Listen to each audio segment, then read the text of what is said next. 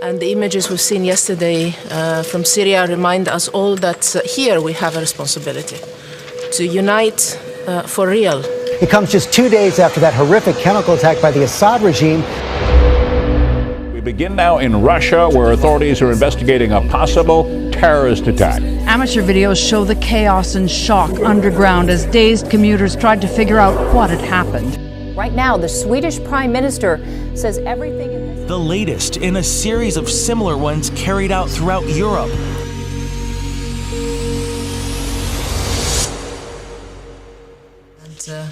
I want to be very frank.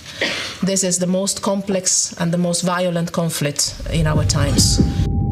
Under the cover of darkness, dozens of U.S. Tomahawk cruise missiles fired into Syria from 2 Navy warships in the Mediterranean.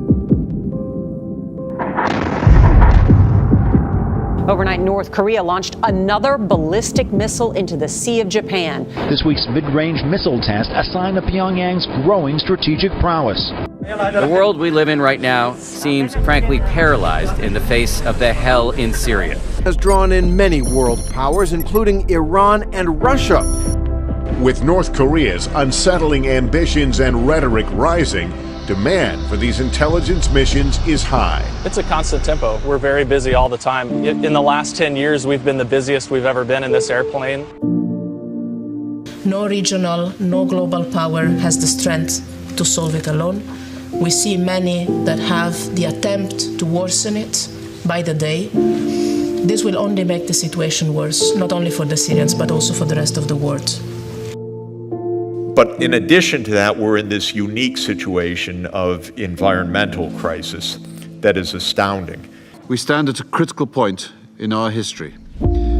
Already at the beginning of the year, we are facing the largest humanitarian crisis since the creation of the United Nations.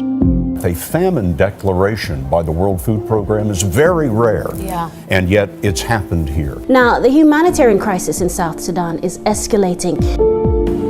A growing famine and ongoing conflicts in African countries are prompting the United Nations to warn that the world is facing the biggest humanitarian crisis since the end of World War II. 20 million people in the region. 9 inches of rain sparked flash flooding in Alexandria, Louisiana, nearly shattering a 70-year record. This heavy hailstorm in Alabama forcing everyone indoors. This is creepy. I have never seen this in the 11 years we've lived here. The big risk is that our generation is the last one that can address absolutely pivotal environmental threats on the planet.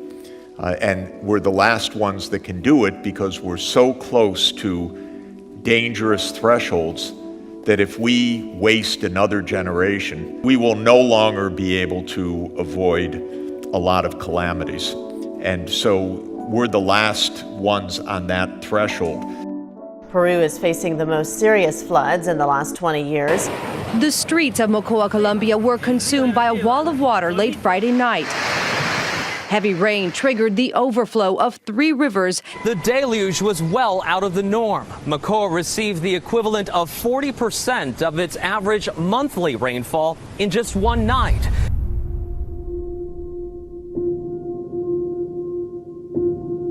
Severe flooding continues in Argentina and Ecuador, with both countries having experienced continuous heavy rainfall for 10 days.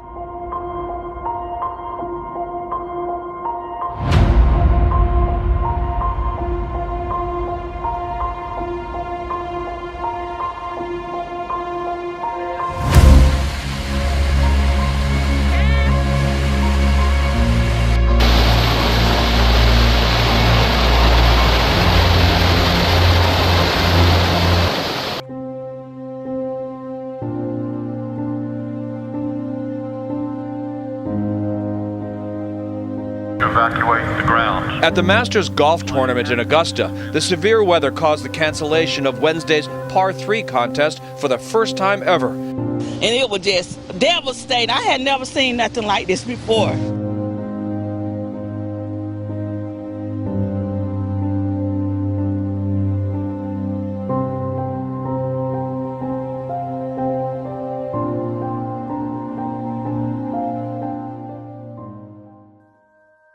Pope Francis is welcoming Prince Charles and Camilla to a private meeting at the Vatican today. The visit is part of their 9-day tour. So I think focusing on what they had in common, focusing on peace.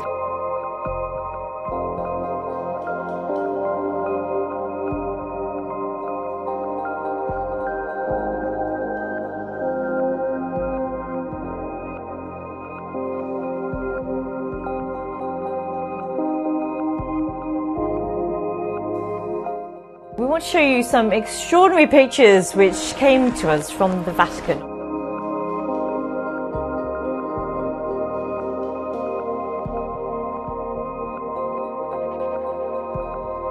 And you can see, I'm not making this up. It comes, you might say, right out of the Pope's own mouth. La mayor parte de los habitantes del planeta se declaran creyentes. Esto debería provocar un diálogo entre las religiones.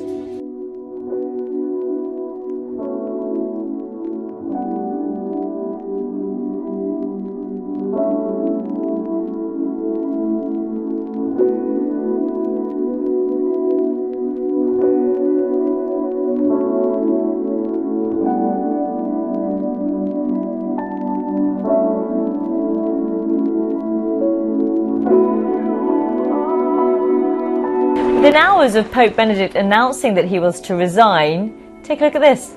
Lightning struck St. Peter's Basilica. En esta multitud, en este abanico de religiones, hay una sola certeza que tenemos para todos. Todos somos hijos de Dios. So when you ask what are we going to do about it, there really is the potential to cooperate. And how do you cooperate in a big, complicated world? Actually, it's interesting.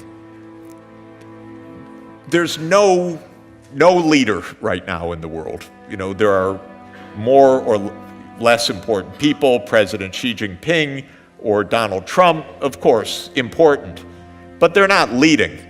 There are wonderful people like my boss at the UN, Secretary General Antonio Guterres, but the UN Secretary General, he's got a unique institutional role, but he doesn't lead the world in any sense. He's not a conductor of the world orchestra. So there is no leader.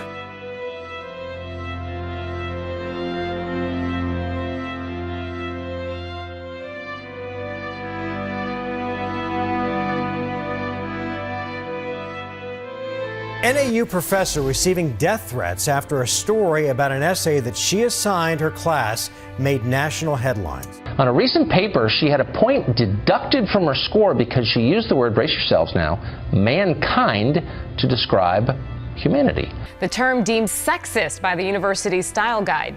On the list of words to avoid, the word mankind, asking students to use the more inclusive humankind instead. Her professor, Ann Scott, warned her that this was inappropriate gendered language, contrary to how the word has been used by almost everybody for centuries. Scott said mankind referred only to men and was therefore sexist. Hull University is to penalize students by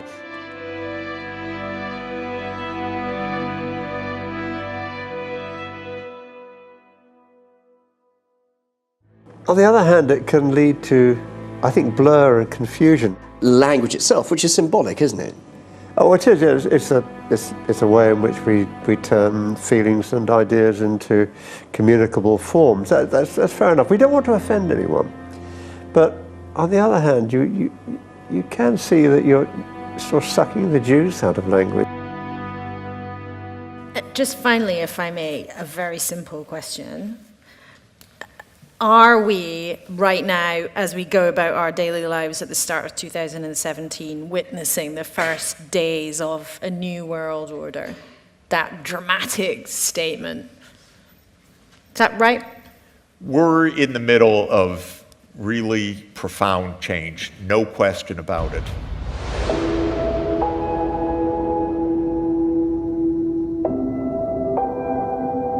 A Chinese engineer was so tired of his mom and friends asking him when he was going to settle down with somebody that he He built and married his own robot. Yeah.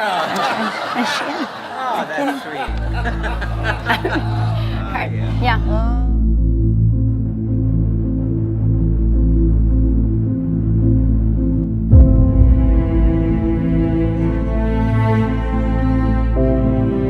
Yes, indeed. So let me ask you, would you let your employer, and our employer is Rogers, but would you let your employer, let's say, implant a microchip in you? Because one office in Sweden is doing just that.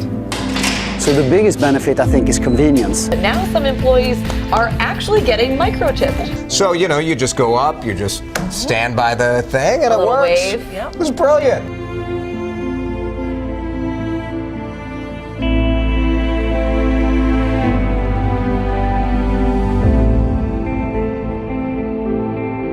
The story is set in the future when the lines between humans and machines are blurred. Yeah, we've talked about this before on the show, the possibility of it. The possibility, And right. at first, I was completely against it. Someone used it as like season tickets, right, for a European football, soccer. And you just kind of wave your you could finger. walk in, right.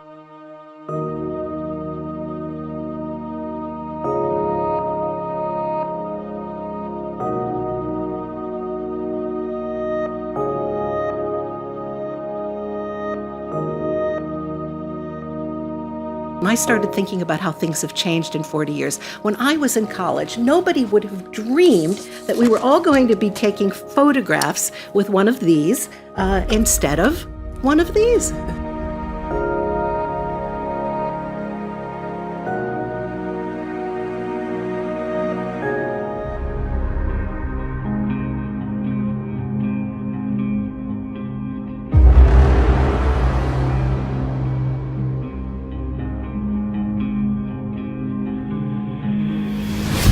Carrying money around, a wallet and plastic cards, yeah, it's obvious. I mean, it's the next step. The next natural step for electronics is to move into the body.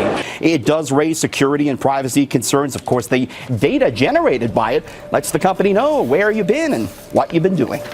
No baristas anymore, because that'll also be robots, but they will know from your iris scan that you want a double, triple caramel. It also has a new virtual assistant called Bixby and an iris scanner that lets users unlock their phones by looking at them. DNA is a valuable investigative tool. Fingerprints are a valuable investigative lead and tool.